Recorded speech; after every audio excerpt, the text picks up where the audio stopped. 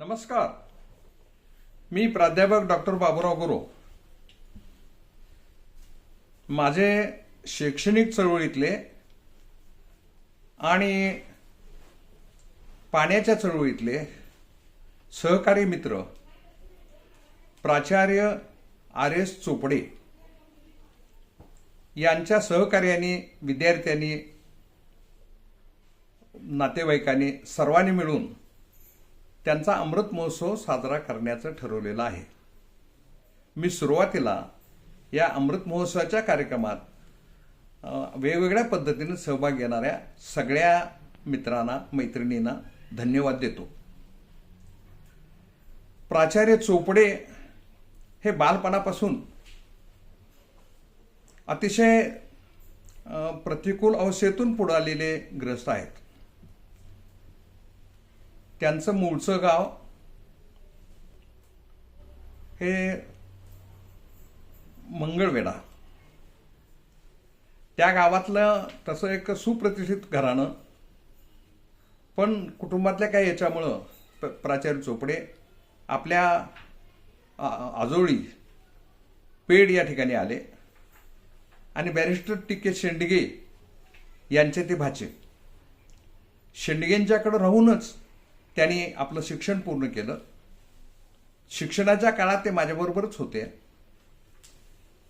नंतर अहिल्यादेवी शिक्षण संस्था जी आहे, या शिक्षण संस्थेमध्ये त्यांनी शिक्षक म्हणून आपल्या कामाला प्रारंभ केला आणि अतिशय मनापासून त्यांनी आणि त्यांच्या पत्नीने दोघांनी अतिशय मनापासून शिक्षणामध्ये आपणाला वाहून घेतलं. त्यांच्या शाळा सुरुवातीच्या काळात कुठे सापडेल त्या जागी असायच्या, पण मॅट्रिकच्या परीक्षेमध्ये 100% निकाल लावणारी शाळा म्हणून त्यांची ग्रामीण भागातली शाळा प्रसिद्ध झाली. आणि तिथून म्हणजे शिक्षणाचं अकॅडमिक धोरण जे आहे, अकॅडमिक तयारी जी आहे, ही फार चांगली असल्यामुळं त्यांच्या शाळेतले त्यांचे विद्यार्थी, अनेक विद्यार्थी डॉक्टर झाले, इंजिनियर झाले, वकील झाले, मोठे झाले. श्री चोपडे हे हाडाचे कार्यकर्ते आहेत. त्यांचं वक्तृत्व फार छान आहे, अभ्यास सखोल आहे. भौतिक चळवळीमध्ये काम करत असताना आध्यात्मिक विचार करण्याचेही त्यांच्या व्यक्तिमत्वाला सवय आहे. असा हा माणूस आम्ही क्रांतीवीर डॉक्टर नागनाथ नाईक, अण्णा नाईकवडी, भारत पाटणकर, आम्ही खानापूर आपल्या आटपाडी तालुक्याला पाणी मिळालं पाहिजे म्हणून दुष्काळग्रस्तांचा दौरा करायला गेलो आम्ही. आणि त्यावेळेला 93 साली चोपडे आमच्या जॉईन झाले. ते आटपाडी तालुक्यातच काम करत होते.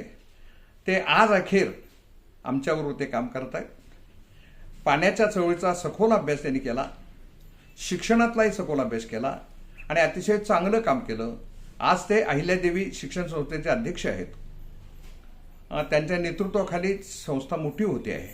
संस्थेच्या अनेक शाखा जतमध्ये, माणमध्ये अशा काम करतायत. असा हा एक आमचा हरहुन्नरी मित्र. त्याची 75वी साजरी होते. याबद्दल त्यांचा मित्र म्हणून मला आनंदी होतोय, अभिमानी वाटतोय. प्राचार्य चोपडे आणि त्यांच्या सौभाग्यवती दोघांनाही दीर्घायुर आरोग्य लाभावं, आनंदी जीवन त्यांचं जावं. त्यांच्या मुलं डॉक्टर झालेली आहेत. त्या सर्वांनी मिळून त्यांना जीवनामध्ये आनंद द्यावा इथून पुढं, अशी विनंती करतो. या कार्यक्रमामध्ये आपण सर्वांनी सहभागी व्हावं असं आपणाला विनंती करतो आणि थांबतो.